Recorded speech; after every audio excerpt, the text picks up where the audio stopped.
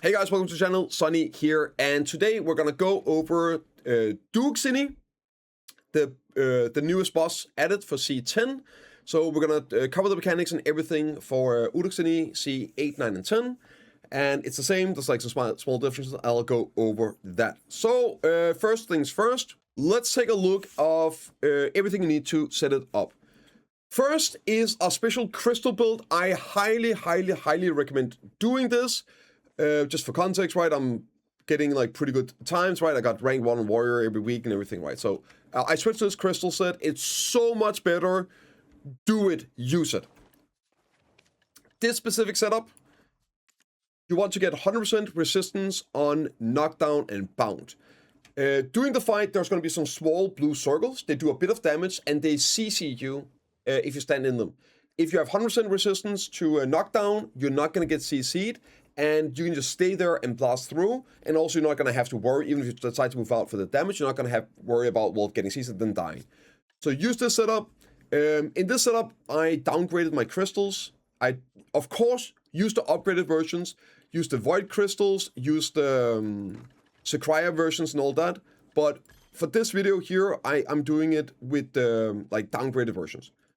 But get the resistance, 2 adamantites, and might as well throw in a fortitude for capping out for sure, and then with the buffs and everything. That'll give you 100% resistance. Right, so that's the general. Use the packet type crystals, they are better than the crit damage ones. Next up, another super important thing for this is your display settings. You have to do this fight in remastered. You can turn this off, but I prefer FXA and so on, just visual. But remastered on, and then under effects, scroll down and turn this one all except my character up to max. You can min your own animations, so you can see what's going on, but other effects, max them. This is the stuff with your, what's it called, the circles, but also the mechanics. There's going to be some flame mechanics and orb mechanics, right? You have to watch those, see those. So that's the one that shows this. So max this one out. Next up is the buffs. So, but this one here, of course, always simple cron. You want to use demi-human. This boss is a demi-human boss, so put on demi-human. Depending on your AP and everything, you can use Deep Sea if you have them, or Perfume of Courage. For this video, I just use Courage. Bosses scale with 50% AP, so it's very good AP scaling. So you don't need to be using your Deep Sea. You get great value out of Courage for this. Deep Sea is a bit better for min-maxing, but they're more hard to get. So I actually used Courage for this one just to show that it's still very doable. Of course, you want to have your Villa Scroll on, and you want to have your 10 buff on as well, and AP house buff also. You can, of course, use regular furniture for that. Okay, for the Reforged Stones, in general, you just want your regular PvE set up. You want AP. DR is kind of nice if you can afford it. So I, on this class here, I only use 1 crit rate, so I use 2 of the DR. You will take a lot of explosive damage from the orbs, like not the orbs, the circles on the ground. So just having a bit extra DR is very nice. And you want max out back attack and crit damage. The BSR is not needed for this. You're not going to be able to get 100% BSR during this fight. It's too short. So you could also go 3 crit rate. So 15% crit rate, and then drop the BSR for damage reduction. That will probably be the biggest min-max, especially if you're doing this first time. You might want to run that. Okay, and for add-ons, it's normal. It's a boss, so minus damage reduction doesn't work. I haven't changed anything. I'm using my regular add-ons for PvE here. No differences whatsoever. If you want to min-max, you could drop the minus damage reduction and add heal on hit, for example, for a bit of sustain. It allows you to stand longer in the flames and DPS the boss. Very important, and I'll probably mention this every single time. I see people forget this all the time still. All damage reduction plus 20 is one of the most insane PvE add-ons for everything. You should always have it in your PvE setup. Okay, and for gear, since I'm doing the Calamity 8, I drop some gear. I do this with 356 DP. You can use as much as you want, but I took off my armor just to drop that. And for AP, I'm running absolute minimum AP. I am using my Kabuas. The best combo for this would be Demi-Human but I didn't bother making one. I don't use it anywhere myself.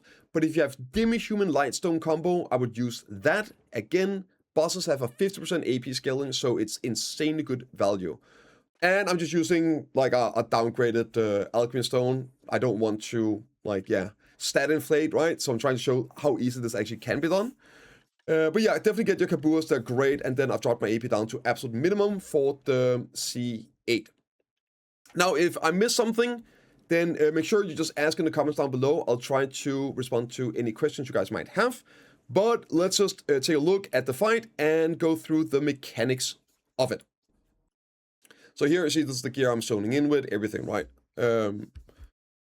Okay, first off, in the beginning, he's gonna do a big explosion.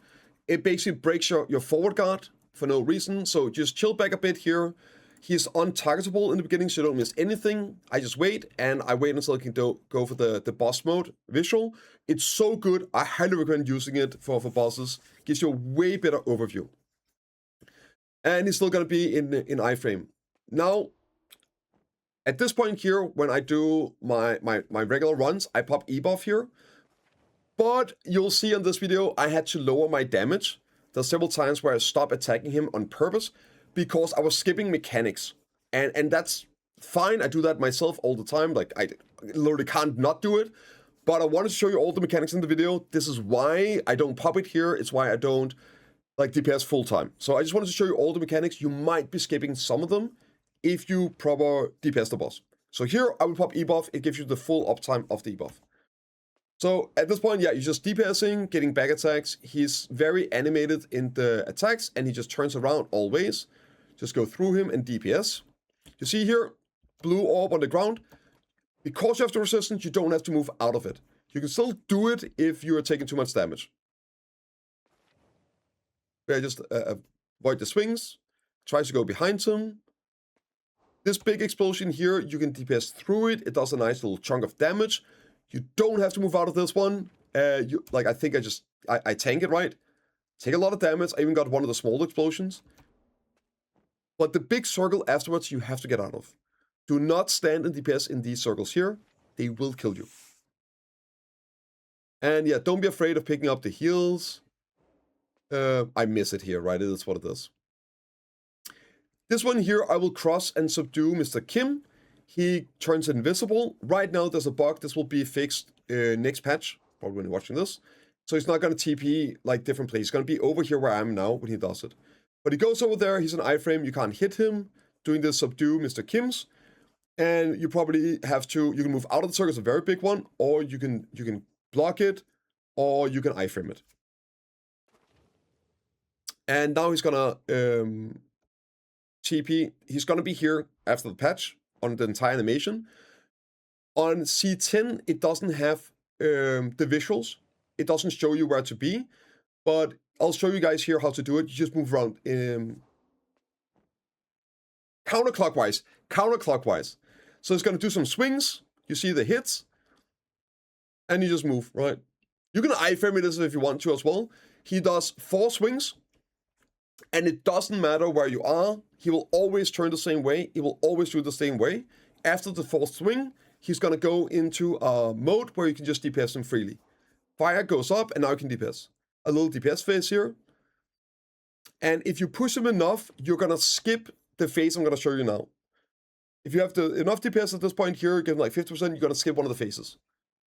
But yeah, I lowered DPS on purpose. I want to see the phase. Again, here you can DPS them on these other ones, the other TPs.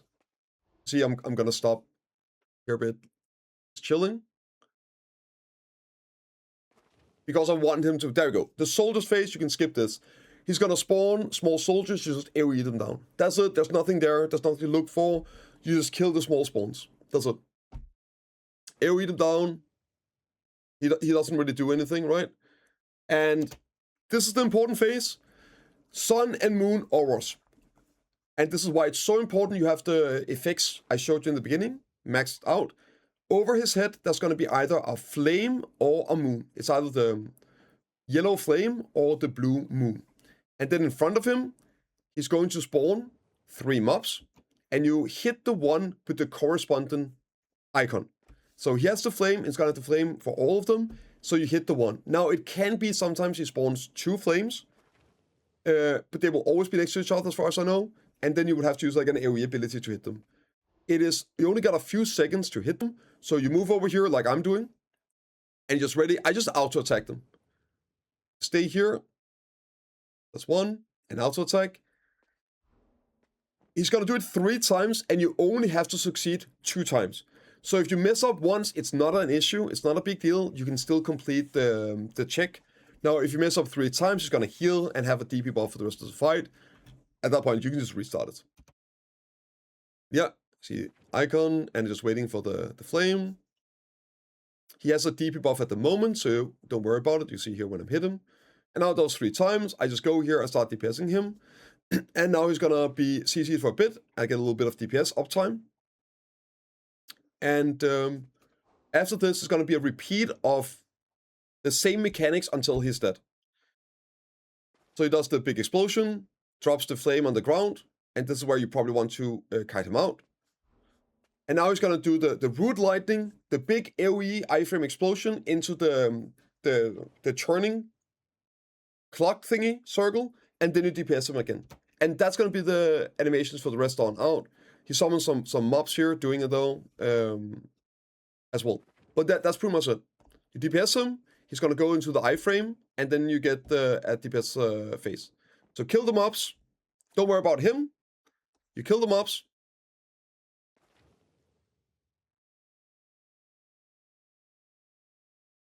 And now I can DPS him a little bit again.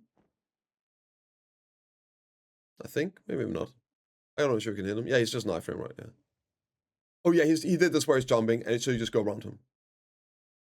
So he keeps doing this, and now he's gonna be CC'd, and you can DPS. And this is how it is until he is dead. So I do this, but I don't kill him. And jumping, he's gonna be jump soon, go iframe, and I stop DPSing here because it's Calamity 8. I don't want to kill him and do the Calamity 10s. But yeah, that is the mechanics. As long as you remember to turn on the effects and you got 100% resistance, it's going to be infinitely easier. But let me know if you have any questions in the comments down below, and I'll see you all in the next one.